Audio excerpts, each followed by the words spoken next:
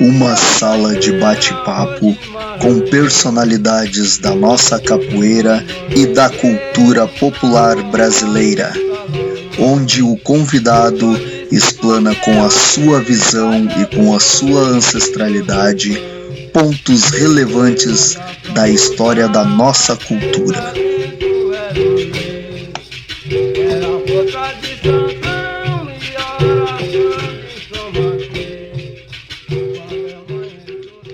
Boa noite a todos os amigos e amigas do Facebook. Sejam bem-vindos ao 10º programa na Identidade do Capoeira.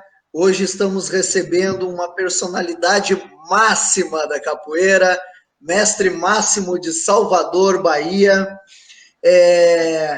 Lembrando a todos que esse material de utilidade pública está sendo deixado para o público para futuras pesquisas, vai ser colocado no canal Camugere Cultural depois no YouTube e está aberto para todo mundo, e com isso a gente também tem a permissão aí do nosso entrevistado para fazer essa divulgação. Boa noite a todos então, boa noite mestres. Mestre Dunga, pode iniciar com a sua fala. Uma boa noite, pessoal, que nos acompanha aí dioturnamente nessas nossas lives. Hoje, recebendo a personalidade aqui do mestre Máximo, um grande amigo que eu construí durante essa minha caminhada aí de capoeira em Salvador, uma pessoa receptiva, uma pessoa idealizadora, ativa. E o mestre Máximo, ele é designer gráfico, historiador da capoeira, idealizador do prêmio Birimbau de Ouro, que será na quinta-feira, terá um programa especial para nós falarmos exclusivamente do prêmio Birimbau de Ouro. Por isso, portanto, hoje a ideia é nós tratarmos outros assuntos. Então, entre alguns dos assuntos, os uavos da Bahia, capoeira na Guerra do Paraguai, capoeira do Recôncavo Baiano. Então, primeiramente, agradecer, não tenho palavras para agradecer essa parceria de sempre, mestre Máximo, o apoio que o senhor dá às diversas culturas de todo o país e de fora do país. E dizendo mais, a cultura do Rio Grande do Sul chegou na Bahia, se estabilizou na Bahia através do prêmio Birimbau de Ouro. Então, mestre Máximo, por favor, as suas considerações iniciais, e já nos diga também como é que o senhor começa na capoeira, como é que o senhor tem esse fogo ardendo nas veias. Por favor, mestre Máximo, fique à vontade. Boa noite, caros amigos, a todos e a todas. Eu só queria abrir, nesse momento, um sambinha invocando o Recôncavo. Oiê, Santo Amaro, oiê, oiê, Santo Amaro, oiê, oiê, Santo Amaro, oiê. Boa noite a todos e a todas. Cuidado, menino, que o jogo mudou. A roda da capoeira agora, aproveitando este momento de quarentena, que nos proporciona um novo saber, um novo encontro, uma nova forma de fazer capoeira. Porque capoeira pode ser jogado ao vivo, pode ser jogado a seco, na palminha da mão, e capoeira agora pode ser virtualmente. E agora, cuidado com as cabeçadas. Se quiser, o jogo está limpo. Cuidado, menino, que o jogo louco. Muito boa noite, gente. Hoje vamos fazer uma abordagem maravilhosa. A capoeira na Guerra do Paraguai, os uavos da Bahia. E eu quero, já entrando na pergunta que o mestre Dunga me fez, a respeito de como eu fui introduzido, eu fui chamado à roda da capoeira. É um momento mágico, isso tudo acontece em 1962, mestre. Eu tinha 4 aninhos. E eu nem era. Como? Eu não era nem nascido, não. Mestre. Misericórdia. Então, deixa quieto. E nessa levada de 1962, meu irmão mais velho, que estava em plena adolescência, no tiro de guerra, né? Quase com 19, 20 anos, ele já treinava capoeira em Santo Amaro da Purificação com o mestre tá? Que muito o sul da Bahia, do Brasil, conhece. Ele andou muito para Santa Catarina, chamado Ferreirinha, que nós todos intitulam ele como Ferreirinha de Santo Amaro, que, na verdade, ele não era de Santo Amaro, ele era de Alagoinha, discípulo do mestre Asa Branca, e treinava numa ruína à luz de candeeiro, mestre. Uma capoeira completamente diferente. Hoje, observe que nós estamos aqui falando virtualmente, encurtando as distâncias, utilizando essa ferramenta maravilhosa que é celular e internet. Mas, antigamente, digo isso na década de 60, a capoeira ainda estava num processo muito embrionário, muito primitivo. Jogava-se capoeira numa ruína, tá? Em Santo Amaro da Purificação, ao lado da igreja, que é uma ruína que hoje é a Secretaria da Fazenda. Hoje tem um prédio vistoso, maravilhoso, mas meu irmão, nessa época, ali era uma ruína. E pelos mestres do passado, principalmente o Ferreirinha, que não havia um poder aquisitivo, ele fazia capoeira de uma forma primitiva, que era dentro de uma ruína, regado à luz de candeeiro e à luz de vela. Olha que coisa, que fenômeno maravilhoso. Capoeira regado, jogado, tá? À luz de candeeiro, ou fifó. Para quem é do interior, sabe muito bem essa linguagem do que eu estou falando, fifó, candeeiro, à luz de vela. Era uma capoeira primitiva e tradicional, completamente fora desses conceitos, tá? Porque a capoeira de Santo Amaro e do Recôncavo, ela não tem a levada da Angola ou da regional. Existe um conceito lá em Santo Amaro, e outra coisa, Santo Amaro não é um recôncavo. Santo Amaro é apenas o portal. O Recôncavo é composto de 33 cidades, tá? Circunvizinha a Baía de Todos os Santos e aqui a capital, Salvador. Nesse contexto, com 4 aninhos de idade, meu irmão me ensinava capoeira de uma forma bem singular. Ele me ensinava capoeira no chão de terra batido, no fundo de quintal. Eu aprendi capoeira, não foi em academia, eu aprendi capoeira de uma forma embrionária. É uma metodologia africana, tá? Do conhecimento, tá? Dos grandes griots, os mais antigos, os mais velhos, passar a transmissão do saber dentro do punho, do ambiente familiar. Então, eu começo capoeira em 1962, dei meus primeiros pulos de capoeira, os AUs, e eu percebia, mestre, que quando eu entrava numa roda já pequeno, havia uma certa admiração do público, tá? Os mais antigos, e era uma composição da roda que havia o quê? Pai de Santos, não havia doutores. Em Santo Amaro havia um público mais simples.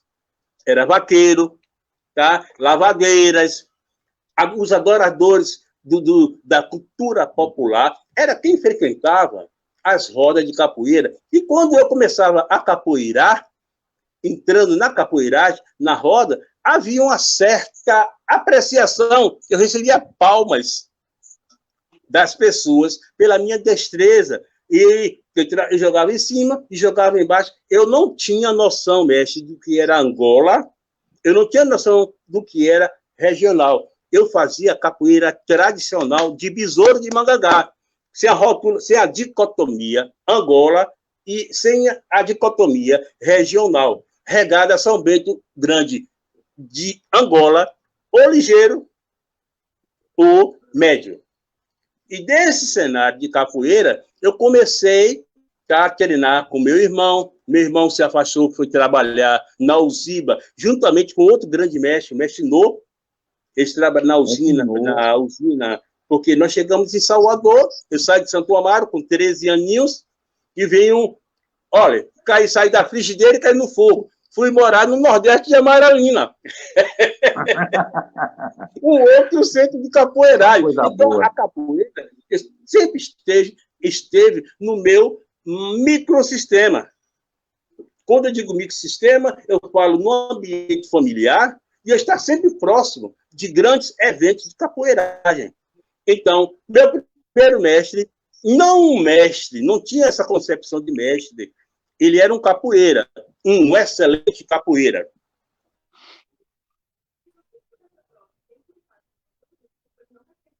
Prática, quanto na parte teórica, aprendizado dos ensinamentos desse mestre Gutenberg em 42 do tiro de guerra.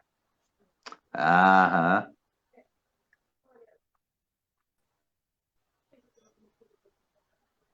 E desse ambiente é que surge o mestre Massinho, não mestre Máximo, porque no interior todo mundo tem um apelido, não se chama pelo nome próprio, tá? E não precisa nem ser batizado, porque se você nasceu Moisés da Costa, tem que procurar uma forma de diminuir, de tornar mais íntimo, e você acaba sendo chamado pelo apelido. E nesse caso eu era chamado de Massinho, tá? Pelos meus contemporâneos da época, entendeu? E começamos essa capoeiragem e frequentei muitas e muitas rodas de bambas na festa de purificação, e que eu vou dar a palavra a vocês, mas tenho algo a acrescentar de maravilhoso nesse meu contexto, nessa minha trajetória. Mestre, só uma coisinha assim, ó. O senhor falou em Besouro Magangá. Eu acho... Sim, sim, sim. Deu uma travada na internet. Besouro de Magangá, um grande expoente. Então, Besouro Magangá. Mestre Dunga, deu uma travada na sua... Besouro, besouro, besouro, besouro Magangá. Deu uma travada na sua internet, mestre Dunga. A gente não conseguiu entender a sua pergunta. Não, eu ia dizer o seguinte, ó, que só a figura de Besouro Magangá dá uma live. Então vamos deixar esse assunto, que é extremamente interessante, e não vamos tocar nele agora. Quem sabe a gente segura esse e futuramente, se o mestre Máximo estiver à nossa disposição, se ele se assim achar por bem, vamos fazer uma outra live para falar só de Besouro Magangá. Tá bem, mestre Máximo? Besouro de Magangá. É de Besouro de Magangá. Concordo, mestre. Estamos juntos e misturados. Tá. É por aí mesmo.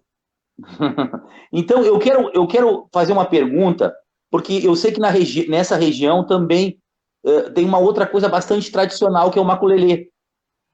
O senhor, em algum momento, cruza com o maculelê e com os precursores do maculelê? Por favor, mestre, o senhor. Ô, mestre, veja bem, eu fui agraciado por Deus em dois momentos maravilhosos.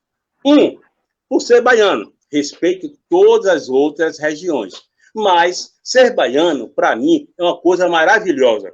Agora, ser santamarense, ai, Deus caprichou na medida, irmão.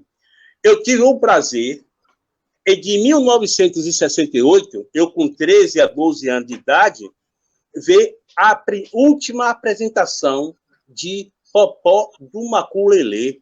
Isso, 2 de fevereiro de 1968, eu estava bem novinho na capoeira, mas já tinha o sangue já pulsando, como se falava em folguedos populares, e já tinha o sangue aquecido e fervia. E nesse momento, eu deparei com um momento histórico em que eu vi Popó do Maculelê se apresentando em plena Praça da Purificação. Não foi no adro da igreja, não. Foi na Praça da Purificação. Ele, com roupa de saco, chorava e tocava e dançava o maculelê. E, de repente, ele sai, vai embora, aí todo mundo, numa só voz, chama ele de volta, e ele vem, se apresenta chorando. Ô, lelê, maculelê, ô, lelê, maculelê, ô, lelê. Era um negro forte. E eu tinha 13 anos e eu deparei com essa realidade. O que para muita gente pode passar por despercebido. Mas a história, ela acontece de forma assim, singular. E se você não estiver ligado, o bonde passa e você fica passando batido. E eu tenho essa memória, tá? Em 1962 e 68, no dia 2 de fevereiro, o último dia da apresentação, a procissão tinha acabado de terminar e eu vi Popó do Maculelê se apresentando a sua última apresentação. Mais tarde, ele entra em óbito a partir de 6 meses após essa apresentação. É uma memória que eu tenho, um registro cultural que eu tenho e que eu vou levar comigo. Te pergunto, tenho fotografia? Não.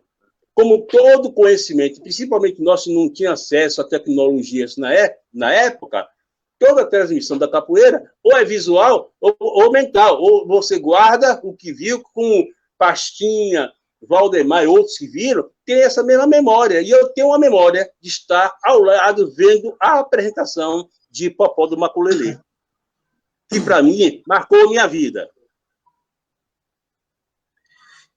Olha aí, ó, o Contramestre Fly tem alguma pergunta? Mestre Máximo, assim, como o senhor já disse mesmo, o senhor só teve um momento que o senhor viu o Popó se apresentando, mas esse trabalho todo que foi deixado para ele, a gente tem deixado por ele, perdão, a gente tem um conhecimento que Popó trabalhava muito a questão da preservação mesmo do maculelê. Sendo isto, o maculelê original mesmo, ele é feito só com bastões, né? Só com as grimas. Eu gostaria de saber do senhor, o que o senhor acha, que é muito bonito, claro, essa inovação que o pessoal todo faz no maculelê, mas o que o senhor acha dessas inovações que vieram depois do maculelê com o uso de facão, com o uso de tochas de fogo e tudo mais? Veja bem, Contramestre Fly, essa eu tenho como uma problemática.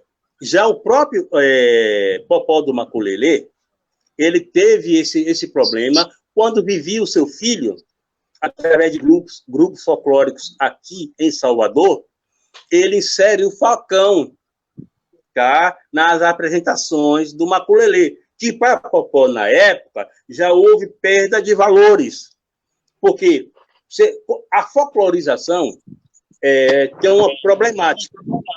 Você perde conteúdo, você perde a sua essência cultural quando você vira modelo de exportação. Compreendeu? Você perde a folclorização, você perde conteúdo histórico. Com a folclorização, você está sujeito, susceptível para agradar a um segmento, a um setor público-alvo, com a apresentação do folclore para agradar a um público. Você perde alguns valores, porque, principalmente, a indumentária torna-se diferente. A grima, tá? O pau de maculelê já vira facão para criar um ambiente mais espetaculoso na apresentação. Então, a folclorização é uma coisa que destrói o saber, destrói a ancestralidade. Você pode ser bem remunerado, mas você vai cortar e perder valores culturais nessa trajetória, nessa tentativa de agradar um público, tá? Um marketing diferenciado, um público diferenciado. Mas, no caso aí, esse problema, o próprio Popó, em vida, já estava passando, porque não tem como criar os avanços, a cultura, a modernidade, não tem como frear. Mas nós, principalmente, sujeitos de Santo Amaro, devemos ser mantenedores da tradição ancestral de um maculelê originário de Popó, que está muito bem representado com dois grandes elementos, dois grandes expoentes do maculelê de Santo Amaro, que é o ventilador e uma outra pessoa que tem Santo Amaro, que mantém a tradição, seja, uma grima na mão do mestre, e não duas grimas, uma única grima na mão do mestre do maculelê. E outra, o maculelê, muito diferente da capoeira, tem seus preceitos, seus fundamentos enraizados dentro do candomblé. Tá? Tem momento certo para sair, se eles vão fazer um trabalho no exterior, eles têm que fazer o caminho na mata, tem toda uma ritualística. Coisa essa que quando você vê um maculelê estilizado, você não vai ver a essência do maculelê. Você vai ver um cara com tênis Nike, o que não é propriedade, tá, do maculelê tradicional. O maculelê tradicional é descalço, tá? Calça de saco, tá? E o anterior tinha-se a camisa, como na capoeira Angola, tá? Azul e branca, ou amarela e branca, como tem na capoeira Angola, em homenagem ao Ipiranga, a um time de futebol, muito, inclusive até a própria irmã Dulce amava esse título, e o Pastinha colocou dentro da capoeira Angola o padrão amarelo e preto, que era desse time. Mas eu sou contra o maculelê estilizado por perca de identidade cultural, de valores culturais e da ancestralidade. Mestre, já surgiu uma pergunta se o senhor teve algum contato com Bimba ou Pastinha. E dentro dessa perspectiva, eu já quero continuar falando, quando é que o senhor vai para Salvador?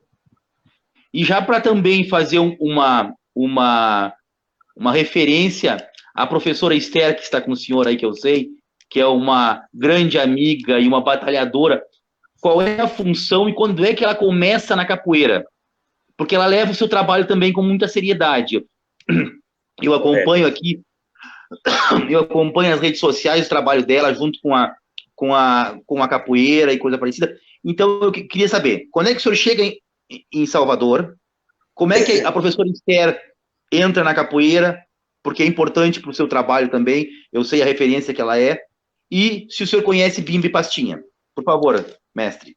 Mestre, veja bem, eu saio de Santo Amaro, já sabendo capoeira, nunca me preocupei com título, com graduação, eu era um capoeira, eu tinha a escola do meu irmão, Gutenberg, 42, e eu nunca me preocupei, mas ensinava capoeira, porque o exercício da capoeira me levou automaticamente a ensinar e criar alunos. Foi combustão espontânea, pólvora seca. E o primeiro contato que tive com Bimba foi em 1971, que quando em 70 eu vim morar no Nordeste de Amaralina, na Rua do Norte, Travessa Nagé. E havia um certo mestre, que eu já até me esqueci o nome, que ensinava capoeira ali no Diplomata de Amaralina, aqui no Nordeste de Amaralina.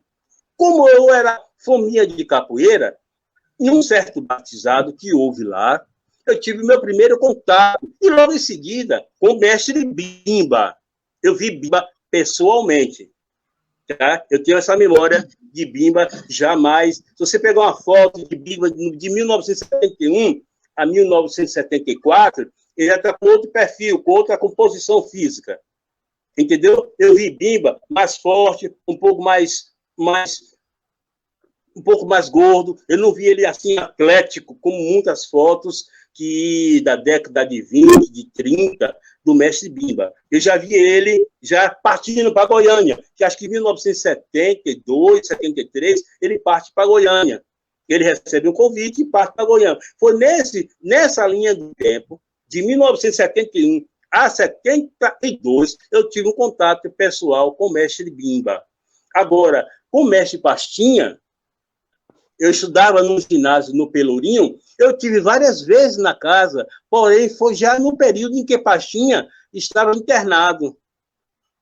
E naquela casa que hoje vocês foram no Birimbau de Ouro, vocês foram ali, eu entrei, conversei com a esposa do mestre Pastinha, mas não vi Pastinha já estava internado, e daí no albergue Dom Pedro II, aqui em Salvador, na Cidade Baixa, e daí ele entra em óbito.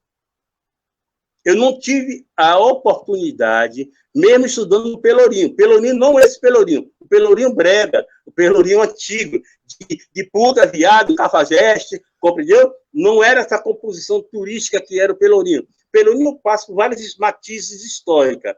E eu peguei a pior fase, ou melhor, porque os malandros, os capoeiras, os vadios, os homossexuais, tudo ali focava no Pelourinho. Não esse Pelourinho que você vê hoje, esse expoente, esse ambiente turístico para o mundo. Eu vi casarios em ruínas, eu vi homens cortados com gilete, homossexuais, e fedia muito Pelourinho. Perfeito. Tá. Então, o senhor tem esse contato com o Bimba, para nós responder a pergunta. O senhor tem um contato com o Bimba e não teve contato com o mestre Pastinha. Não, mas pessoalmente, faltou um pedaço. Não, tá. Falta um pedaço da resposta, que é a questão da professora Esther. Como é que ela se envolve com a capoeira? Qual é a função dela junto a seu grupo? Tá? Essa é uma pergunta pessoal, porque eu respeito muito a professora Esther e todo o trabalho que ela faz. Já mando um grande abraço para ela. Tranquilo. Veja bem, mestre. A Esther teve um processo semelhante, embrionário, na capoeira, semelhante ao meu. Nós recomeçamos a capoeira porque eu tive que criar 5 filhos. E a capoeira, nessa época, não dava o meu sustento. Eu era design gráfico, eu não podia ficar de roda, de pandeiro, tá? Ainda mais na década de 80, de 90, eu tinha que dar comida aos meus filhos. Eu me afastei um pouco das rodas de capoeira, mas não da capoeira. Nesse processo, eu ensinava capoeira, ela ainda bebê, e ela teve um momento maravilhoso, que quando a gente ia muito na academia do mestre João Pequeno, o forte da capoeira não era o forte, era uma ruína, tá? Tinha acabado de ser um presídio, não tinha essa composição, era uma ruína mesmo. E havia, semanalmente, aos sábados, o Ilharei e grandes blocos afro se apresentavam. E havia academia de João Pequeno e academia do mestre Boca Rica e de outros mestres, que eram verdadeiras ruínas. E num desses momentos, desses eventos, ela ainda de calça enxuta, ela se desprende de mim, que estava sentado no banco esse que ainda existe lá, esses bancos ainda existem lá. E ela se desprende numa roda de capoeira Angola, e quando eu fui tirar ela, para o pé não pegar nela, o mestre João Pequeno interceptou e pediu que deixasse ela, pois a menina seria uma professora de capoeira. E ele foi profético nisso aí, porque hoje, realmente, é a pessoa que leva não só o birimbau de ouro, e é o próprio nome do grupo de capoeira em Mangangá, grupo esse criado por mim em 2000, em dezembro de 2000, já tem 20 anos, tá? E ela hoje tem a graduação.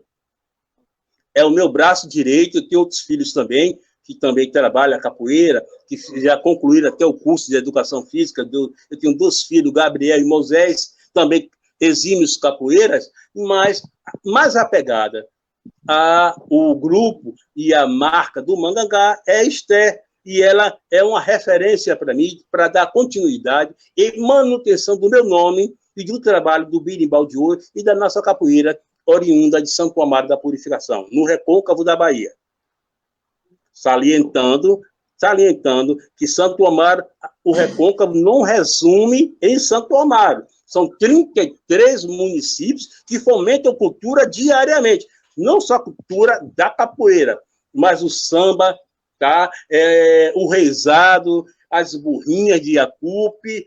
É muito forte falar de cultura no recôncavo, citar somente Santo Amaro. Pelo amor de Deus, tem cachoeira, o samba de cachoeira. Tem Ilha de Maré, tem São Felipe, também é recôncavo, Amargosa, Maragogipe. São Brás, de Gato Preto, que deu origem ao nome birimbau de ouro, mestre Gato Preto. Eu estou falando agora da capoeira do recôncavo, e quero desmembrar essa coisa de ser Santo Amaro só o centro quando se fala recôncavo, Santo Amaro. Não, é muito mais recôncavo da Bahia. É 33 municípios fomentando cultura diariamente. Ou seja, com toda essa sua fala, ela tem uma responsabilidade bem pequena, né, mestre?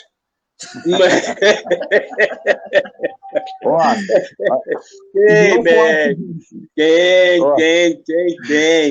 E ela tem um chefe. Eu vejo isso anualmente, essa responsabilidade da professora Esther, eu vejo anualmente ela carregando, junto com o senhor, todo o trabalho naquele período ali. E outra coisa... Mas por trás é uma equipe, viu? Por trás é uma equipe.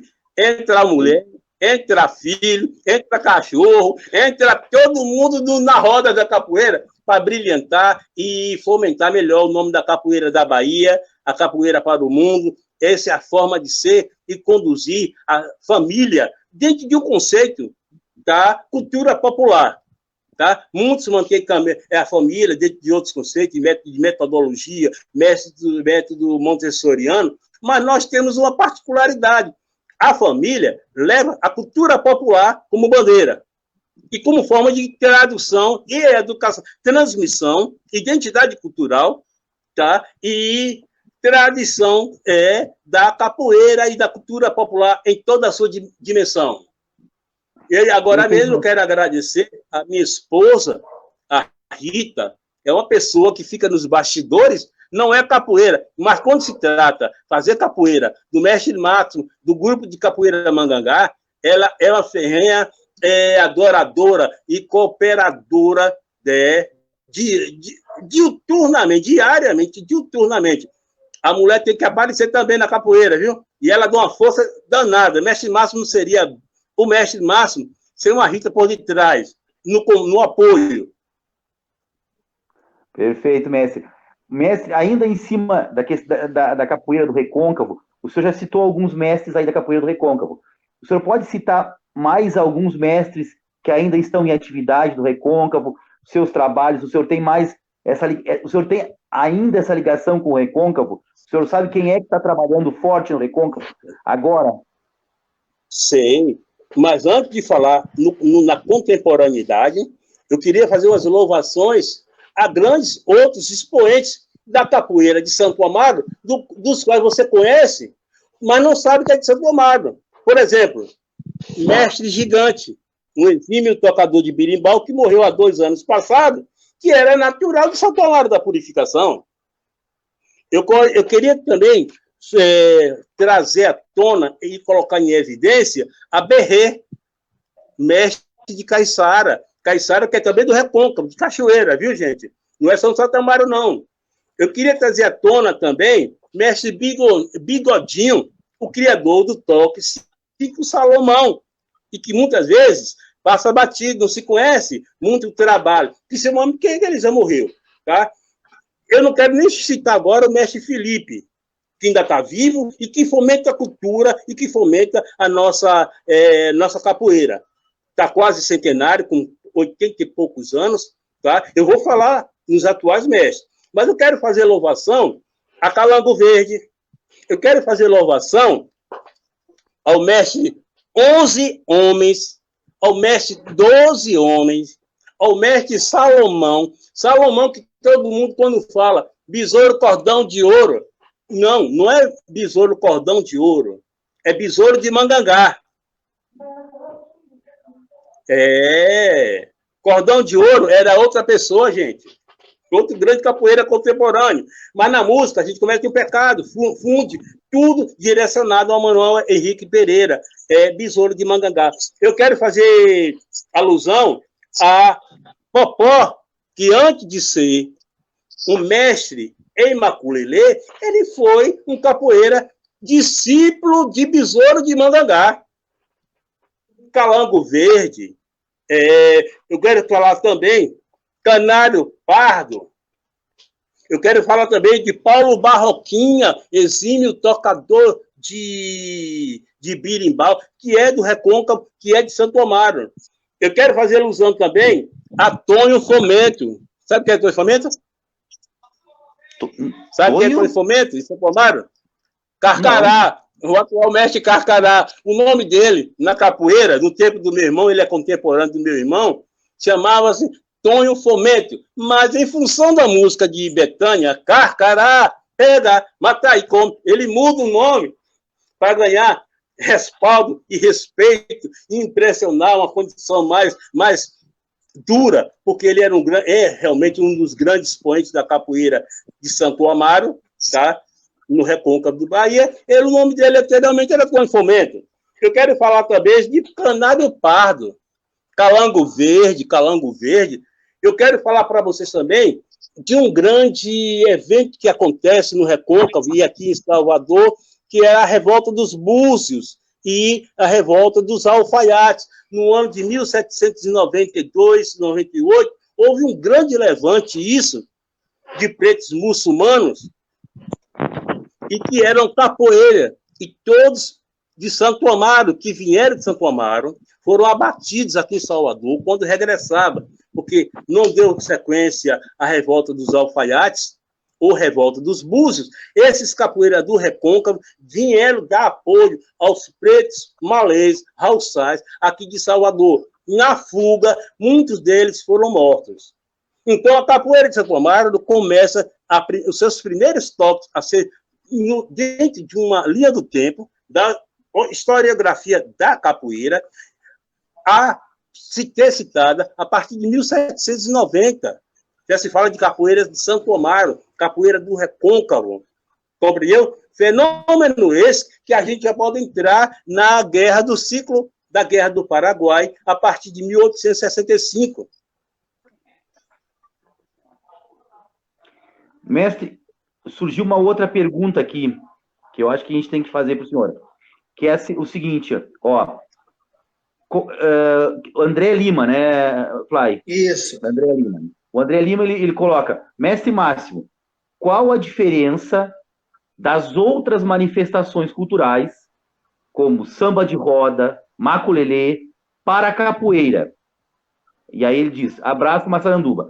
Mas assim, ó, e aí eu queria complementar essa pergunta, porque o que a gente vê hoje é que a capoeira, ela se, como é que eu vou dizer?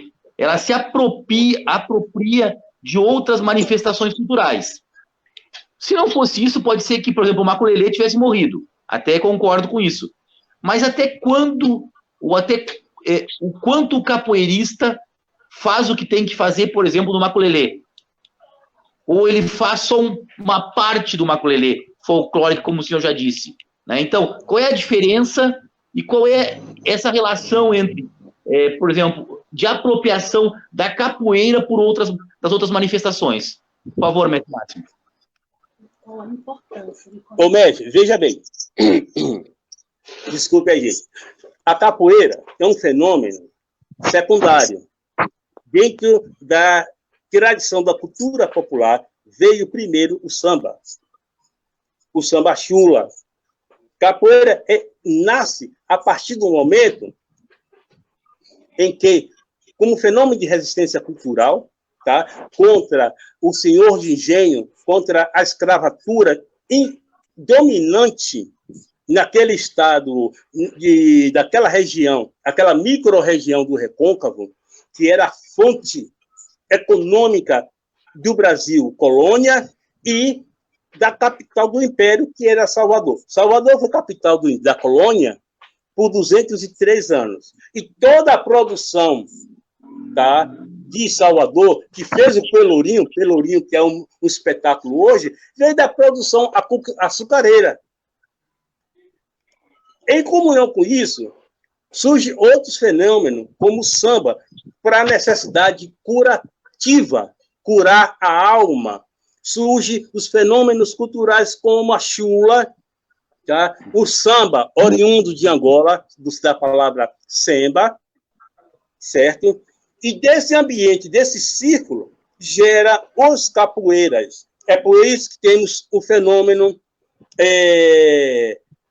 gramatical que falamos em roda de samba, roda de capoeira, tudo oriundo desse fenômeno, porque todo o processo africano é em torno de um círculo. Se os grandes griots passavam a transmissão do saber, certo, nas tribos africanas, uma metodologia, um sistema pedagógico africano, eles falavam em círculo. Paulo Freire fala hoje em círculo do saber, mas nós já fazemos isso há mais de 200, 300 anos na África, gente.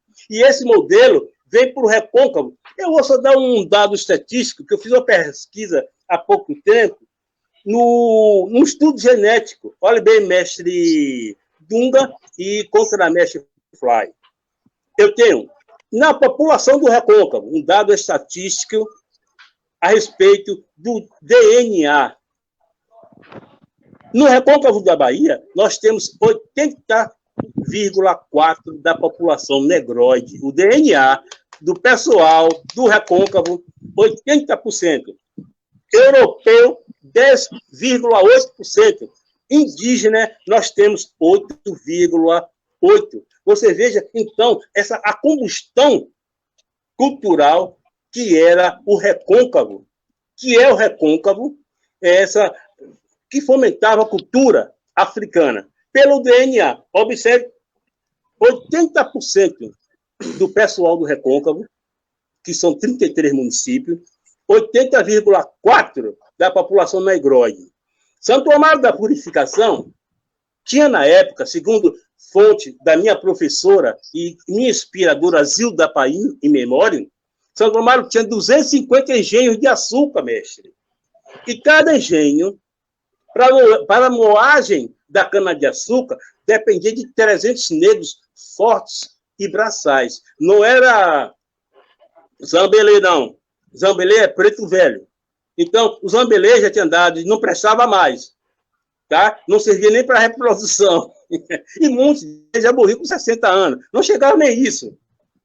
O ciclo vital era de 32 a 35 anos. Chega a 60, com a lei de sexagenário, foi hilário criar-se uma lei sexagenária para a pessoa chegar a 60 anos com uma produção de cana-de-açúcar. Não se chegava a 60 anos. Tanto é que o próprio imperador Dom Pedro II, primeiro, morreu com 35 anos a 32 anos de idade, com toda a mordomia do império. Imagine o preto africano na moagem, na plantação da cana-de-açúcar. É desse ambiente que deriva a capoeira e os demais fogueiros. Capoeira sendo um fenômeno secundário. Primeiro veio o samba. E as outras matizes culturais, como a reinvenção do maculelê em Santo Amaro e sendo mantida por Popó. O samba oriundo de Banto de Angola. Então, o fenômeno surge, tá, em função dessa combustão, dessa grande multiplicação e concentração da raça negroide no Recôncavo baiano, através do fruto e consequência do subciclo, não ciclo, subciclo econômico chamado açucareiro, porque o ciclo principal era o negreiro. Daí veio o gado, daí veio mineração, então, é um subciclo. Não corrigia os historiadores, a própria economia, quando fala que a cana-de-açúcar era um ciclo econômico. Eu faço essa correção. Um subciclo econômico, porque o ciclo principal era o negreiro, na diáspora africana, saindo da África, cruzando o Atlântico através dos grandes tumbeiros e se enraizando na Bahia, Pernambuco, Alagoas e Rio de Janeiro. Contramestre Fly tem uma pergunta aí, eu acho. Contramestre, vai lá. E uma coisa, Contramestre, faz um favor para nós. Já diz quem é que está participando com nós aí, quem é que está assistindo aí do pessoal. Sim, deixa eu dar uma olhadinha aqui, só porque essa parte eu tenho que ir no Facebook só para citar alguns nomes. Silvia Casemiro, Charlene Casemiro, o Cras, da cidade de Humaitá, aqui do Rio Grande do Sul, André Gomes, Giovana Soranzo, Ricardo Pacheco, Luiz Soares, Júlio César, Carlos Eduardo, Instrutor Cascão de Juí, Mestre Rochinol, Mestre Jones, Lorival Reis, Rodrigo de Carli, Contramestre Tchê, Igor Magangá, Estagiário Pezão, Cristiano Martins, Rogério Vieira, Crespo Ezequiel, dentre outras pessoas mais. O mestre Jones, será que não é o mestre... Meus agradecimentos. O mestre Jones, será que não é o mestre que foi receber o prêmio pelo Oba Oba? Mestre Jonas? Da onde ele é, Fly? Não diz aqui, mestre, mas daí ele pode deixar nos comentários para nós aí, confirmando. Tá. Mestre, Antes daquela pergunta ali que eu mostrei, mestre, o senhor falou a respeito do samba e a gente tem ouvido falar muito essa questão de ser assim o carro-chefe da construção do samba aqui, né? Eu pergunto para o senhor o que o jongo trouxe de contribuição e se trouxe contribuição para o samba, para a construção do samba. Por que eu lhe pergunto isso? Porque há anos atrás, logo que eu iniciei na capoeira, se falava muito que o jongo, que era a dança praticada na época escravagista, e que o jongo teria sido um grande influenciador para a construção do samba. Então, por isso que eu lhe faço essa pergunta, se o jongo realmente teve uma contribuição ou não. Ô, mestre, veja bem, o jongo e o samba de roda e o samba chula é a mesma árvore, faz parte, é galho da mesma árvore e da mesma raiz África.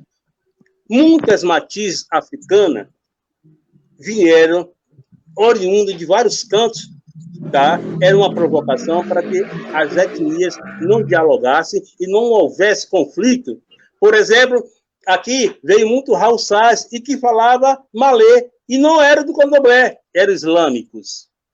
E detinham domínio, tá? E não tem nenhuma referência islâmica dentro do jongo.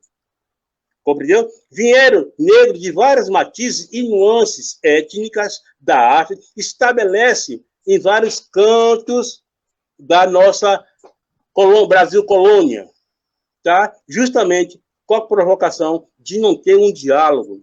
Você vai ver isso, essa diferença, quando você vê o maculele, o candomblé. Candomblé de Queto, candomblé de várias outras etnias, e justamente para que não houvesse uma comunicação. Quando o povo banto, em 1830, começa a conversar, surge a revolta dos malê, consequência desse diálogo étnico, porque eles conheciam muito bem o domínio da matemática, da política, e não eram bobos, e o domínio da grafia. Então, o samba e o jongo vieram da mesma mãe África, porém, são fenômenos diferenciados, mas tem um ponto comum que tem a bateria, tem como tem no samba, a paixão, a atração, mas isso é espontâneo, porque na África já fomentava esses tipos de foguetos, tá? E aqui é uma consequência que não é o mesmo fenômeno que aconteceu na África. Porque os que vieram para o Brasil foram os mais jovens, não se trazia preto velho para cruzar. Primeiro, não tinha condições de levar 2 meses comendo uma papa dentro de um tumbeiro, tá? E atravessar o Atlântico. Os que vieram para o Brasil foram os jovens mais fortes e preparados para a lavoura. E esse jovem não tinha em seu DNA a cultura tradicional da época dos griots e dos mais antigos. Porque quem tem esses arquivos são os mais velhos. Observe uma roda desculpe os alunos formados e professores, a composição, tá? E o resultado. E observe uma roda só de mestres. Você vê que a energia é completamente diferente. Compreendeu?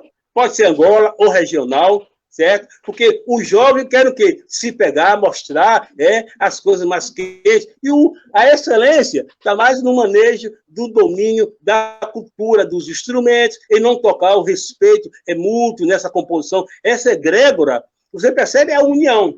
Então, esses negros que vieram da África, eles não tinham essa bagagem cultural para fomentar um candomblé semelhante tocado na África, que tem muita diferença com o candomblé de Bahia e o candomblé de Pernambuco, e o que é tocado na África. Até a indumentária dos orixás são completamente diferentes. O ritual e toda a dinâmica. Mas o jongo, juntamente com o samba, vieram da mesma árvore. E os criadores são os africanos. Como cria, tá? Cria tá? Esse fenômeno, capoeiragem, na Bahia, e que atravessa o mundo, Pernambuco, Rio de Janeiro, quanto Salvador, é um processo que você pode mais tarde poder entrar, que fala da Guerra do Paraguai, quando há um enfraquecimento de capoeiras na Bahia, daí surge a dicotomia Angola e regional. Se me perguntarem hoje, por exemplo, se eu sou Angola e regional, eu não sou nenhuma das duas, eu sou capoeira, porque de onde venho, eu pratiquei a capoeira tradicional, jogava-se, obedecia o toque, jogo em cima e jogo embaixo. O jogo embaixo vinha na excelência de um toque de Angola, Angola miúda, ou Angolinha. O toque em cima era um São Bento Grande ligeiro, de Angola, que muitas das vezes, as pessoas, por não conhecer, uma bateria que está tocando um São Bento Grande de Angola ligeiro, ninguém está pensando que é regional. E não é, é um toque específico de Angola. O toque específico da regional é São Bento Grande de Bimba e outros que ele criou. Mestre. Eu sou a capoeira tradicional do recôncavo da Bahia. Joga em cima, joga embaixo. Então, assim, ó, você já respondeu a pergunta da Silvia, né? Que ela estava fazendo, que estava aqui. Uma outra coisa, para nós encaminhar o nosso próximo assunto, que vamos começar a encaminhar, que é sobre os zoavos, eu gostaria que o senhor falasse um pouco dos zoavos, que é um outro tema nosso. A Charlene Casimiro, ela pede para o senhor tocar um samba de roda da Bahia, que não pode faltar no bate-papo, que é o Mestre Máximo. Se não for pedir muito, canta um samba de roda da Bahia, que não pode faltar em nenhum samba de roda, se puder. Se o senhor puder cantar um samba rapidinho aí para nós. Sereia, sereia, sereia, sereia, ô sereia, ô sereia, eu nunca vi tanta areia no mar. Sereia, sereia, nunca vi tanta areia no mar. Sereia, sereia, ô sereia, ô sereia, ô sereia, ô sereia, eu nunca vi tanta areia no mar. Ah, eu nunca vi tanta areia no mar. Sereia, sereia. Amarra o samba. Olha, isso ali dá isso, amarrar o samba. Não estão fazendo samba e não estão amarrando o samba. Não sabe o que é amarrar um samba. Fenômeno esse, contribuição, observe que, simultaneamente, no Rio de Janeiro, principalmente, o jongo é muito forte. Mas Tia Ciata leva outra forma, outra nuance cultural para os morros. Tia Ciata, Santo Amarense, no final do século XIX, dá uma dinâmica, juntamente com outros grandes, ela reinventa o samba carioca. O samba não nasceu no Rio, o samba nasce no Recôncavo. E, mais específico, ele vem de São Brás, a terra de Gato Preto, a terra de João do Boi, do Samba Chula. Compreendeu? E desse processo, em 1906, 1905, Tia Ciata vai se instalar com os regressados da Guerra do Paraguai nos morros carioca, que prometeram dar terra aos veteranos que retornassem da guerra e não deram terra, porque Copacabana não ia ser nunca dado a um preto. Então, começa o fenômeno da ocupação dos morros carioca, oriundo dos guerreiros, tá, que lutaram durante a Guerra do Paraguai, porque Salvador já tinha perdido o status de capital do Império e era a dona do pedaço era Rio de Janeiro. Aí entra o ciclo do Segundo Império, Dom Pedro II. Então, mestre, eu acho que agora é o momento de nós começar a falar dos zoavos, então. Vamos lá. Sim. Eu queria... Eu assim, quero puxar uma música. Tá. Mestre, como se eu nunca tivesse ouvido falar dos zoavos, me conte essa história, que eu quero ouvir de primeira mão do senhor. Quem foram os zoavos? Por favor, mestre. Contrariano, que maravilha. É uma parte da história que complementa, antes de Bimba, do grande Bimba, antes do nosso grande Pastinha, antes de Caiçara, até mesmo do próprio Besouro de Mangangá, esse fenômeno contrariano, a historiografia oficial, que a gente essa página foi rasgada, e muita gente, por não conhecer, tá? Não se vangloria e não tem como base para a criação dos nossos filhos, baseado na nossa própria identidade e nossos feitos notórios durante a Guerra do Paraguai. São valores civilizatórios. Quando eu falo de zouavos, eu quero falar de homens capoeira, todos negros, várias companhias, tá? Que foi recriada na Bahia sob a inspiração do Conde Deus e do próprio imperador Dom Pedro II. Outra, era uma forma de se buscar o status quo, sair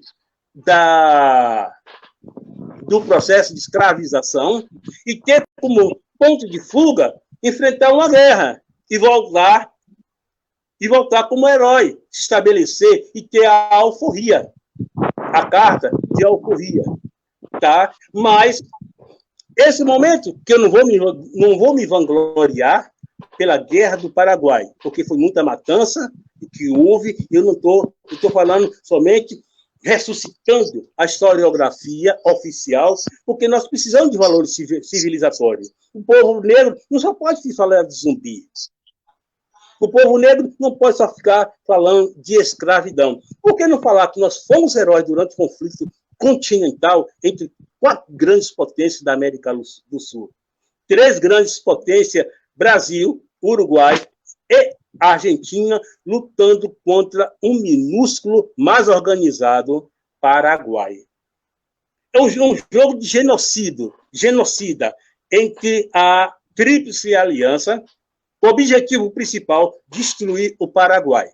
Solano Lopes, como representante, como presidente e representação paraguaia. Nesse contexto de conflito, deu-se a oportunidade, baseado num pelotão oriundo da Europa, tá? De lá de Istambul, da Turquia, os Lesuave, tá?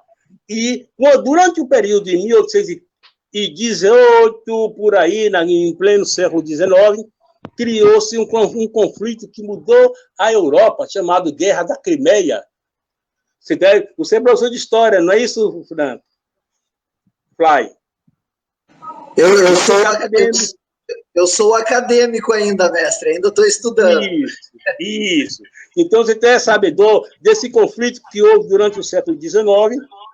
Mestre, é importante falar, e o senhor já ouviu falar, e o senhor já conhecia antes de eu falar, que nós no Rio Grande do Sul também temos um batalhão de negros, que eram os Lanceiros Negros, né, que também, durante um tempo, lutaram defendendo bravamente o Rio Grande do Sul numa luta também glórica. Mas é só para complementar, não é só aí, não é só na Bahia que tem negros excelentes, tá, mestre? Em complemento, eu só quero salientar que esse fenômeno do lanceiro até antecede o da Guerra do Paraguai, porque os lanceiros negros é de 1840 a 45, tá? Porém no século XIX, certo? Mas o conflito era praticamente regional, tá? Na República Sul-Rio-Grandense. Mais tarde, em 1865, em 25 de janeiro, em dia 8 de janeiro de 1825, cria-se os pelotões de voluntários da pátria, criado por Dom Pedro, e ele se intitula o primeiro voluntário da pátria, e foi criado, porque, vamos fazer uma reinterpretação, durante o século XIX, Salvador era um fenômeno de maltas de capoeira. Fervilhava capoeira em todos os bairros, principalmente aquele terreiro de Jesus, é onde acontecia os grandes conflitos. Ali na Cantina da Lua. Ah, sim. Conheço bem, mestre. Capoeira, eu sei disso. E nesse ambiente de Salvador, capital do Império, tá? fervilhava-se capoeira e as grandes maltas, o que era, na verdade, diferenciando do dia de hoje, as maltas eram um câncer social. É como hoje o tráfico nas periferias, tanto do Rio quanto das grandes capitais. Capoeira era visto sobre esse mesmo aspecto. Tanto é que, em 1889, ele cai no Código Penal Brasileiro como vadiagem. E Salvador era muita capoeiragem e pelos bairros em conflitos. Então, a Guerra do Paraguai, ele vem com dois contextos.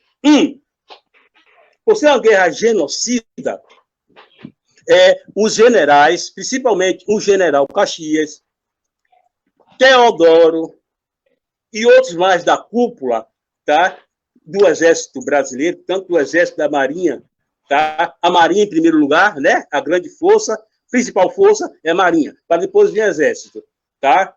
E nesse ambiente havia uma população, como eu te falei do início, negroide, muito grande. Falava-se mais o iorubá em Salvador do que o português de Portugal.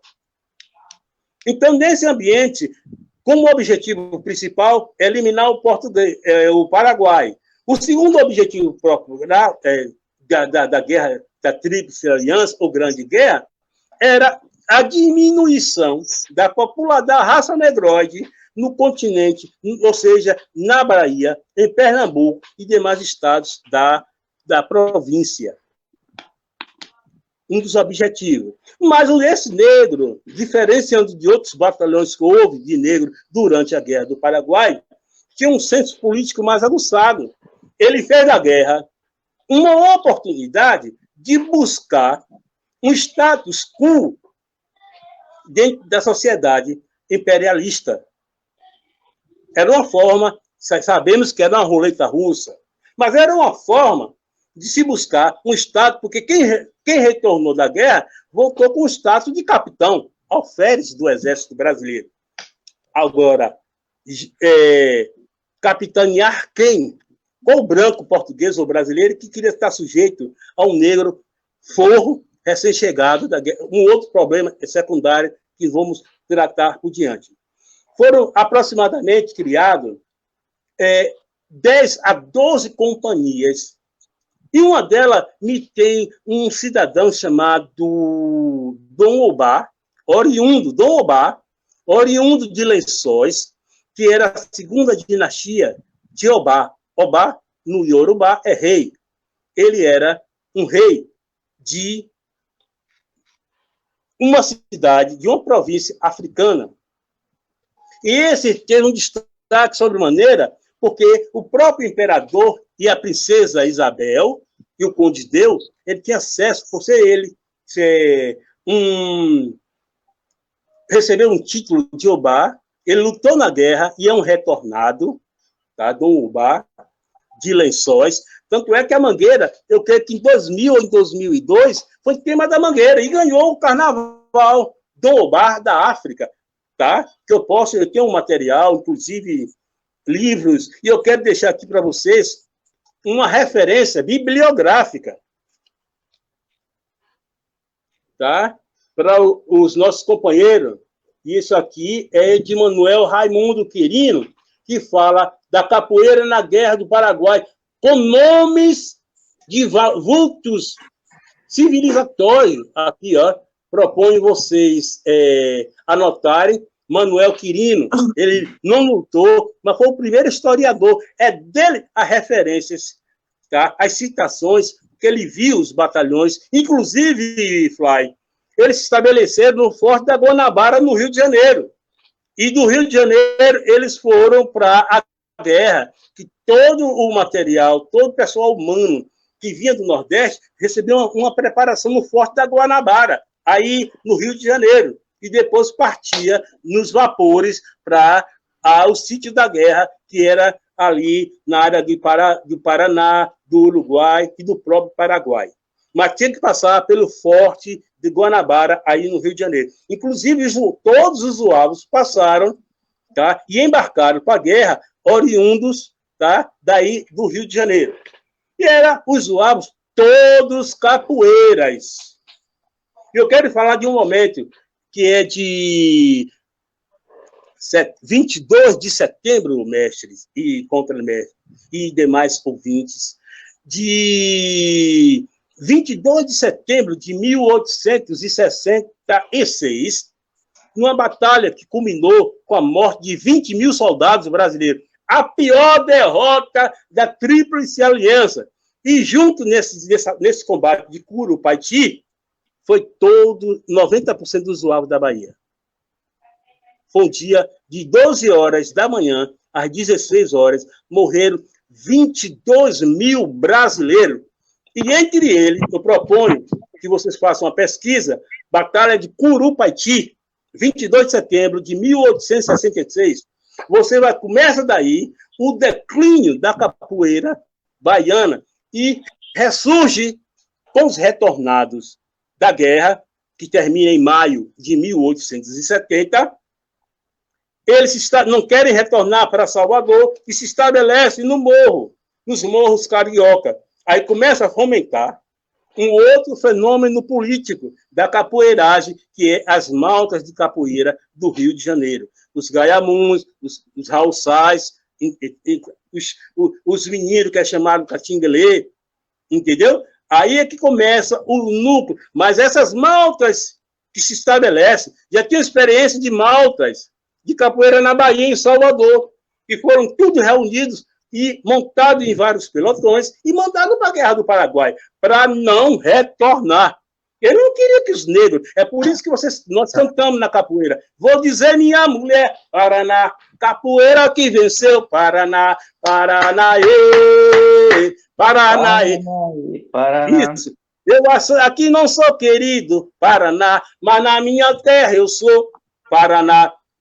Voltei da onde? Da guerra. E me estabeleço no Rio de Janeiro, porque era um centro político e de efervescência financeira. Mestre, aqui nós temos uma pergunta, e eu vou fazer uma ressalva em quem faz a pergunta, que é o mestre Cristiano Cabeleira, tá? Ele é uma figura, vou colocar assim, um historiador e uma pessoa que coleciona materiais de capoeira, tá? Muitos materiais de capoeira ele tem. E ele faz uma pergunta para o senhor assim: muito legal, mestre, excelente aula. O senhor sabe algo sobre Marcílio Dias? Marcílio Dias era um marítimo. Você não estou enganado? Marcílio Dias está ligado à regata entre... na linha do tempo, Marcílio Dias está ligado à Guerra da Independência da Bahia. Eu acho que ele era um marítimo, tá? Que lutou junto com João das Botas, se eu não estou enganado, na refrega, na expulsão dos portugueses durante o conflito da independência da Bahia e do Brasil. A independência do Brasil não foi culminado, ali foi um grito político. A independência do Brasil foi aqui na Bahia, e houve muitas batalhas, tá, que acontece aqui na Bahia de Santo Amaro, inclusive nós, santoamarenses, Capoeira de Santo Amaro, Salbara, tá, Itaparica, juntamente com os marítimos, João das Botas, aqui em Salvador, conseguimos expulsar o general Madeira de Melo, tá, de volta, tá, em 1807, em 2 de julho de 1823, nós expulsamos os portugueses de volta à Europa. Observe, nós, matuto, numa pátria recém-criada, nós ganhamos para a Marinha Europeia. Vamos olhar por esse prisma. E não foi isso. Em Guararapes também, nós brasileiros, onde nasce o Exército Brasileiro, nós vencemos a guerra, os europeus, em campo de batalha em Guararapes. E tem aí pessoas, por exemplo, o contramestre Tchê, que me brindou, tá, com a visitação lá no campo de Guararapes, e que contou essa história maravilhosa, e que foi muito, muito, muito produtivo. Eu estou em Recife e em Jaboatão dos Guararapes, contemplando, tá, o monumento à Batalha dos Guararapes. O sul-americano, o matuto, tá, o mestiço, expulsando os holandeses, tá? os soldados, ou seja, o velho mundo sendo expulso por um exército em formação, cheio de índios e de matutos e caboclos.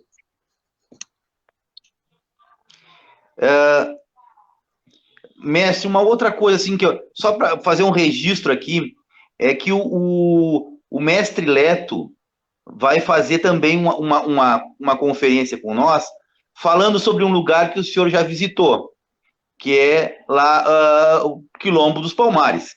Então, para o senhor ver que o Berimbau de Ouro nos serve com excelentes historiadores, com excelentes... O senhor acabou de falar do contramestre Tchê, que é um cara que mora no meu coração, um amigo fraterno que tenho, e então nós estamos muito bem servidos. A gente não vai falar sobre isso hoje, mestre. A gente não vai falar sobre isso hoje. Mas eu não posso deixar de ter junto comigo sempre esse prêmio, o qual eu vou levar para o resto da minha vida no meu coração, mestre. Então, a gente não pode esquecer o quão importante é para estreitar relações entre diversas culturas o prêmio. Mas nós não vamos falar sobre isso hoje. Quem quiser saber mais sobre o prêmio, na quinta-feira nós vamos estar com os conselheiros do prêmio, o mestre Máximo e seu idealizador, e os conselheiros aqui para fazer um grande debate e para tirar as dúvidas que eu tenho certeza que tem muitas pessoas que têm a respeito do prêmio. Eu digo, se existe críticas, é porque nunca foram lá. Quem participou pelo menos um ano do prêmio não tem críticas, só tem elogios.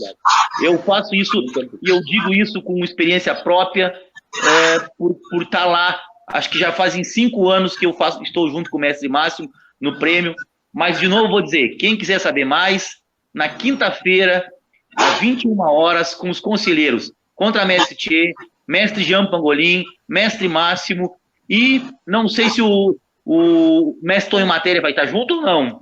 Já confirmou? Vai estar. Pô, vai ter que sair música, então. Vai ter que sair música, então. Vai. O dos seus conselheiros é pura cultura, em efervescência. Já vou lhe garantir, então, que na quinta-feira nós teríamos 2 horas de programa Berimbau de Ouro aqui no nosso programa Identidade do Capoeira. Mestre, siga falando, a palavra é sua, por favor. Continue nos contando. Me diga uma coisa, como é que era a indumentária dos Zuavos? Como é que eles se vestiam? Sim, maravilhoso, mestre. Eu tenho aqui um mascote que eu comprei na Argentina. Aqui está a indumentária, tá? Olha, não seria bom que nossas crianças brincassem na sua infância com sua própria história, com sua identidade cultural, com a sua referência cultural? Os meninos brincarem de herói, e não de bandido com arminha nas periferias, mas como defendendo a pátria. Defendendo a pátria, porque essa geração de Zuavo já não tinha mais uma ligação com a África. Já eram nascidos no Brasil, já tinham uma identidade brasileira, mestre. Eles não ficavam somente África, não. Eles lutaram, tá, para buscar um status dentro da brasilidade, se situar dentro do império e receber, no lado esquerdo, um brinco de ouro na orelha. Os retornados de Dom Pedro II, além de dar um título de alferes, tá, no mesmo nível de capitão hoje, alferes seria um capitão, imagine preto, tá, por feitos notórios no combate. Você imagina, não pense que por ser uma guerra do século XIX, que não havia violência, não. Desde a Idade Média, eram escaramuças. E a guerra do século XIX já tinha granada. Você sabia que durante a Guerra da Secessão havia submarinos? Já havia uma tecnologia. Bomba que explodia, granadas aéreas que explodiam e detonavam na cabeça. Não era só espada, capa-espada, não. Já tinha canhões potentes, armas de 12 tiros, a arma do general Caxias, mestre, tá? Por surpresa, dava 12 tiros, enquanto que os dos negros, apenas um. E ele de socar pela boca, viu? Estou dando de proporcionalidade para ver quem sobrevivia, quem dava 12 tiros e era guardado de segurança, ou o negro que ficava. Uma sequência dava um tiro e outra sequência. E quando havia um choque, tá, de espada ou de sabre, aí entrava o diferencial, a ginga, a mandinga do capoeira. Você sabia, mestre, que os negros argentinos morreram tudo durante a Guerra do Paraguai? Os negros baianos não morreram e retornaram e cantaram Paranauê porque eles sabiam gingar, eles sabiam se esquivar, eles sabiam a malemolência, o ir, o trejeito, entrar com a cabeçada. Se não fosse isso, mestre, essa habilidade da capoeira que fez o diferencial, e mais tarde você vai ver que ela se torna um poder, depois que retorna, se torna um elemento, certo?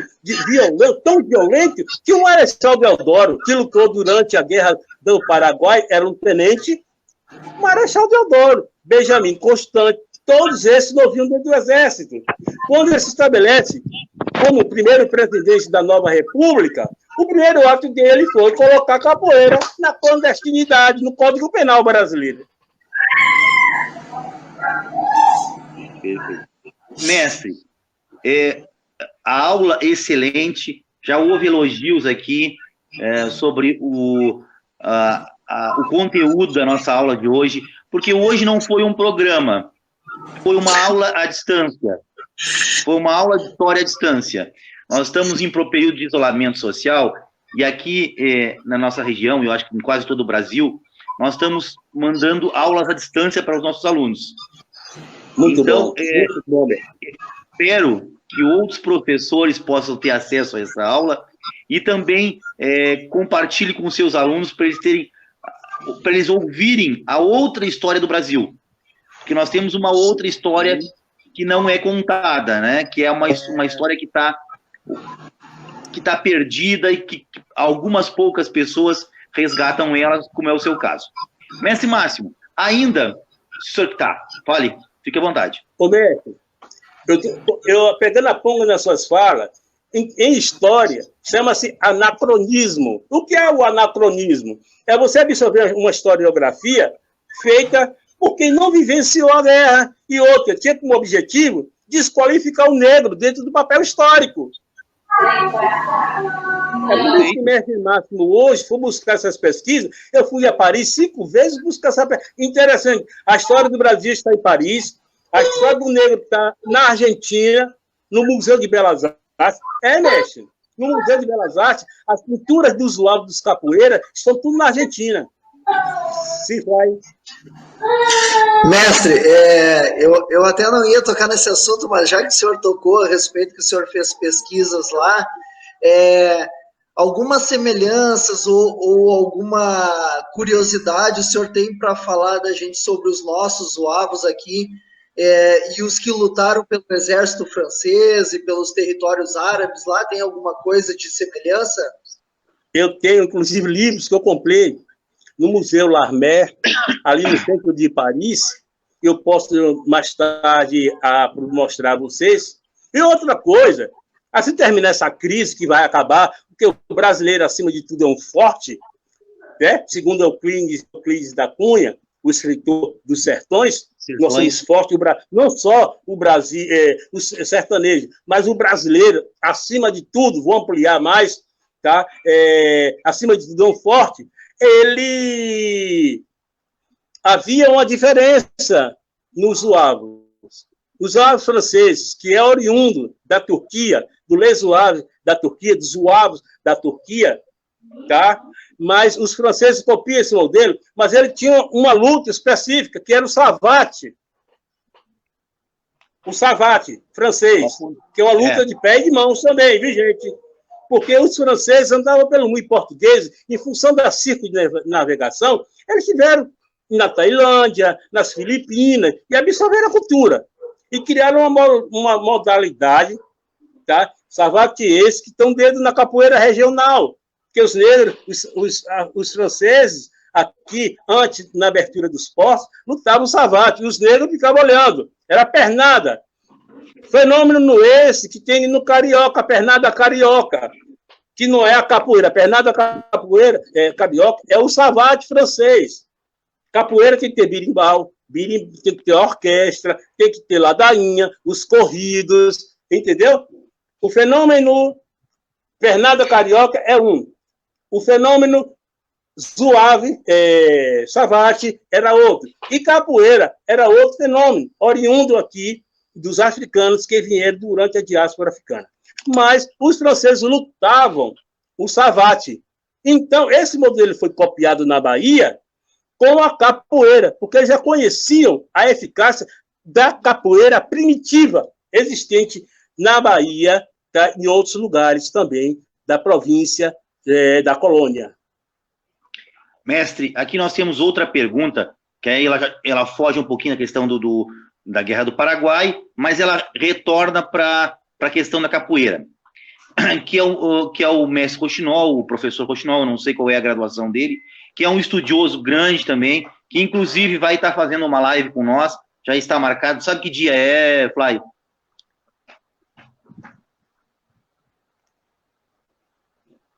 Tu tá sem som aí, Fly.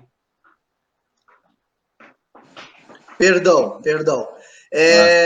Sim, a gente já tem eu peço desculpas que eu não lembro agora, porque como a gente já está com uma agenda para 2 semanas, às vezes me foge aqui, mas em seguidinha que eu vejo aqui já comento com vocês aí. Então, o Rochinol, ele faz uma pergunta para o senhor, e eu acho interessante, ó, tanto o Cabeleira quanto o Rochinol, eles são pessoas de extremo saber, com uma vasta biblioteca, uma vasta coleção de materiais sobre capoeira. E o Rochinol nos brinda com uma pergunta aqui, vamos ver se o senhor tem alguma notícia, que é: boa noite, mestre. O senhor chegou a conhecer mestre Vadu ou mestre Amol? Amol ou Anol? Não é mestre Adol. Arnol. Arnol? Não, mestre, Arnol. Não tenho conhecimento. Não seria uma corruptela do nome Adol em Santo Amaro? Pois é. E o mestre Vadu? Não tenho conhecimento do mestre Vadu, não. O Rochinol, se tu puder descrever de onde eles são, se eles são lá do Recôncavo, dá uma como é que é? Bote um pouquinho mais de detalhes para nós, até para nós saber quem são. Obrigado, Rochinol. Vai, Fly. Será no dia 25, a live com o mestre Rochinol. 25. Mestre Máximo, já lhe convido para o dia 25 para o senhor assistir, que é uma pessoa de extremo saber, ele está sempre colaborando com nós, com perguntas, com colocações, com datas, Maravilha. Com referências. É uma pessoa a ser ouvida, tanto ele quanto o Cabeleira. Eu recomendo. Com o Cabeleira nós já fizemos. Maravilha, né? Ela está aqui já, a live, na linha do tempo do Fly, na minha linha do tempo. Também está onde mais, Fly?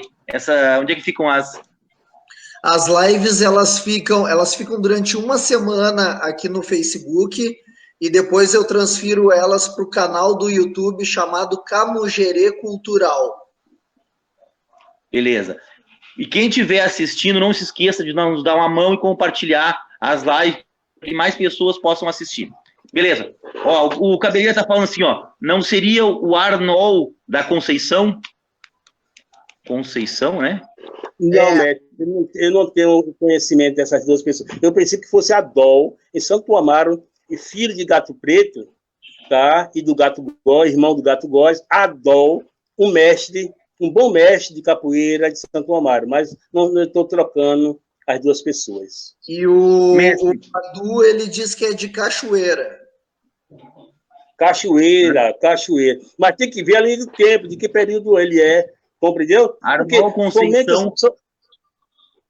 Ó, Ele Arnol diz que o Conceição. Arnol Conceição é o mestre angoleiro que aparece também no livro do Valdeluir Rego. Precisa saber, eu tenho esse livro e eu vou fazer essa consulta. E na próxima eu prometo dar um retorno quanto a essa questão. Vou ficar devendo o mestre. Ó, a princípio, o mestre Máximo vai estar quinta-feira com nós. Numa posterior data, para falar só do Besouro Magangá, que a gente vai abrir um espaço aí, e aí, quem sabe, a gente poder... Mestre, assim, ó, a gente tem 2 semanas lotadas, então nós precisamos jogar um pouquinho mais para frente. Muito bom, mestre, muito bom isso aí, viu? Ó, inclusive... Parabéns! Obrigado. Inclusive, o mestre Itapuã Beiramar vai estar com nós conversando, que é o filho do como é que é? Filho do mestre... Capoeira. Do mestre Nestor Capoeira, e ele vai estar com nós, contando um pouquinho da capoeira orgânica, o que ele pensou quando fez, as críticas que ele teve, e contando algumas histórias dele também. Mas, mestre, agora nós estamos fechando 1 hora e 24 minutos. Então, é interessante que nós 3 agora encaminhamos o final da nossa live, e eu queria deixar com o senhor para fazer suas considerações finais, para contar mais histórias. O senhor tem o tempo que o senhor quiser para fazer essas considerações finais. O tempo que o senhor quiser, tá? Me dá só um minutinho para eu ajeitar aqui. Mais de um até, mestre. Mais de um, até 2. Bom. Se o senhor quiser ficar mais meia hora, o tempo é do senhor, mestre.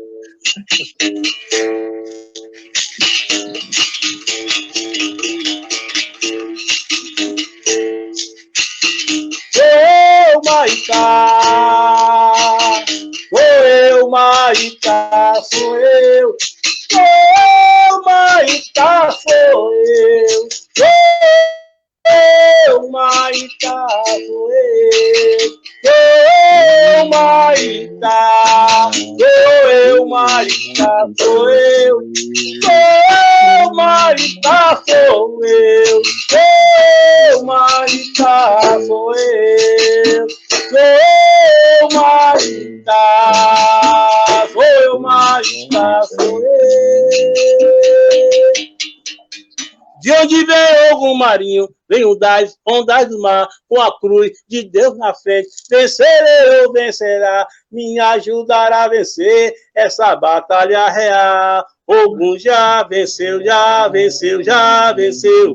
Na guerra de batalha contra Ogum, só Deus. Ogum já venceu, já venceu, já venceu. Na guerra de batalha. São registros históricos dos nossos feitos que estão dentro de oralidade, no universo musical da capoeira, também do maculelê, do candomblé, que registram a importância, a história dos nossos valores. Eu quero deixar aqui, mestre, além desse livro, tá, aos pesquisadores, tá, eu quero deixar uma bibliografia que fala dos nossos negros durante o conflito da Guerra do Paraguai. E eu não posso jamais, em hipótese alguma, de apresentar a vocês Relicário Popular, que é conhecer um pouco do Recôncavo e suas matizes culturais, de Zilda Paim, gente, em memória, uma grande autodidata, pessoas aqui, ó, Relicário Popular, maculelê, com fotos e é a pessoa que mais sabe falar de maculelê, de popó, é Zilda Paim aqui, ó, Relicário Popular. Da Guerra do Paraguai, eu quero falar para vocês, que eu tenho aqui na minha bibliografia, Guerra do Paraguai. Tá? Eu recomendo. Eu quero deixar com vocês também, da Senzala, a Guerra do Paraguai, com Chavineto, José Júlio Chavineto, é um doutor em história, é uma das minhas referências bibliográficas que fala sobre a guerra da Senzala, a Guerra do Paraguai, o genocídio do Paraguai. Então, ó, deixar para vocês, o autor é Ricardo Salles. Mestre, eu acho que é interessante nós falar de uma pessoa que já teve no Berimbau de Ouro, que é a professora Emília Biancardi. Não sei quanto é a referência dela, mas eu acho que a gente não pode deixar ela de fora, né, mestre? De forma nenhuma. Aí é uma grande expoente da capoeira baiana para o mundo, tá? Emília Biancardi, da qual já teve a oportunidade, nós tivemos a honra de consagrar ela Berimbau de Ouro. Você acredita que uma pessoa desse quilate recebe o prêmio com quase 80 ou 86 anos de idade, recebe uma honra da capoeira, a PT mais levou capoeira para o mundo afora, para a França e para a Europa e outros países, não só capoeira, o samba de roda, o maculerê, e foi a primeira vez que ela foi agraciada. E quem foi o primeiro? O Birimbau de Ouro. Veja que injustiça que nós fazemos. É por isso que nasce o Birimbau de Ouro, mestre, para reconhecer, valorizar, que são grandes pessoas, que são grandes expoentes da capoeiragem e da nossa cultura brasileira em geral, tá? Não só baiana, a pernambucana, de Maceió, de Alagoas, de todo Gaúcha. o Brasil. Eu sou desbloqueado, eu sou multicultural. Eu sou um mestre desbloqueado. Aproveitando que o senhor está fazendo essas referências, o mestre Cabeleira perguntou se o senhor já tem algum material seu editado, ou CD, algum registro sobre o Recôncavo também. Bem, eu tenho um material aqui pronto e de antemão. Eu vou dar uma deixa aqui. Vai ser lançado no próximo Birimbau de Ouro. A capoeira, um livro, A Capoeira na Guerra do Paraguai, Batalhão de Zuavos, em conjunto com o Birimbau de Ouro 2020.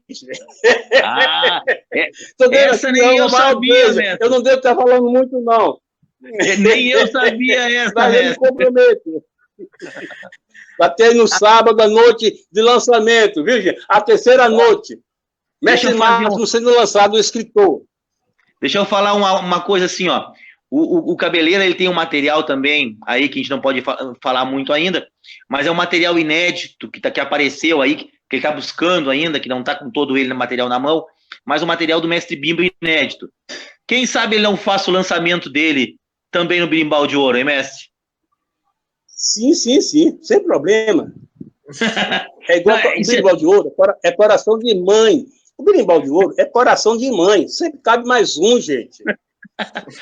Mestre, então suas considerações finais, o seu adeus ao pessoal aí, o seu abraço, por favor, mestre, fique à vontade. Sim. Primeiramente a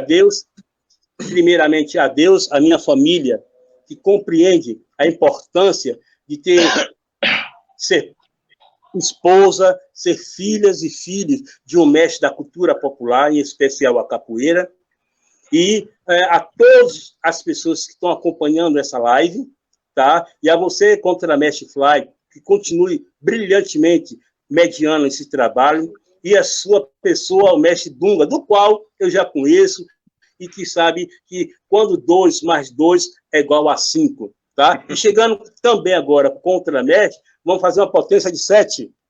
Aê! Mais 2, tá? O máximo, o maravilhoso, a harmonia, a prosperidade, que sejamos prósperos eternamente. E agradecer ao meu mestre Gutenberg em memória por passar para mim os seus saberes, tá? A sua tradição, não está mais aqui conosco, está jogando capoeira em outras rodas, em um ambiente quântico, tá? E agradecer todos os irmãos colaboradores que estão hoje na sua quarentena. Então, quando a gente não pode estar lá fora, estamos aqui dentro. Meu muito obrigado. E viva, meu Deus, o meu camarada. Muito obrigado, então. Vou começar, depois o Fly encerra aí também. Mestre, muito obrigado pela sua disponibilidade. Nós vamos ainda lhe incomodar mais algumas vezes, porque eu acho que nós temos ainda muito... a laranja, só metade da laranja foi tomada. Tem a outra metade ainda, tem o suco da outra metade. Então, muito obrigado, mestre, por ser esse parceiro de sempre. Eu seguidamente falo, mestre, tem tal coisa aqui. Mestre, quem sabe a gente faz assim. Aí eu fico incomodando o mestre, mas o mestre tem certeza que ele sabe que é por uma boa causa. Sempre me ouviu, sempre me respondeu, sempre foi atencioso. Eu vou a Salvador e uma coisa é certa, nós temos que tomar ou um cafezinho ou um suco de laranja. Ou um suco de laranja sempre. Porque eu gosto de ouvir as histórias do mestre, e o mestre sempre tem uma historinha a mais para contar. Então, mestre, obrigado pela essa parceria de sempre, e um fraterno abraço que eu tenho certeza que o senhor entende que é de coração. Fly, contigo para encerrar. Sim. Obrigado, mestre, também pela sua disponibilidade, pela sua humildade, pela sua alegria. É um prazer poder conhecer o senhor, saber um pouco da sua história. E só tenho a agradecer pela sua aula, pela sua camaradagem e por todo esse raio de luz, de felicidade que o senhor trouxe hoje para a nossa live. Ah, mestre, o Fly também é do Rio Grande do Sul. Mestre, o Fly é do Rio Grande do Sul. Ele não é do Rio, ele é do Rio Grande do Sul. É Rio Grande do Sul. Tranquilidade. Ele é do Rio Grande do Sul. Aqui só sai coisa boa, mestre. Vai, Fly. Do limão à limonada. Não poderia deixar também de agradecer a professora Esther, que está dando todo o apoio para a gente fazendo algumas coisas também, que também disponibilizou aí o aparelho dela para o senhor poder conversar com a gente. Professora Esther, meu humilde e sincero agradecimento. Show de bola. Obrigada. Tá mandando um obrigado, um axé para todos vocês. Até. Tchau, um abraço. Vai lá, Fly. Desliga aí para nós. Vamos bater um papinho. Muito obrigado. Fique aí, se não pode estar lá fora, esteja aqui dentro. Obrigado, mestre. O senhor permaneça aí um pouquinho, mestre. Permaneça aí.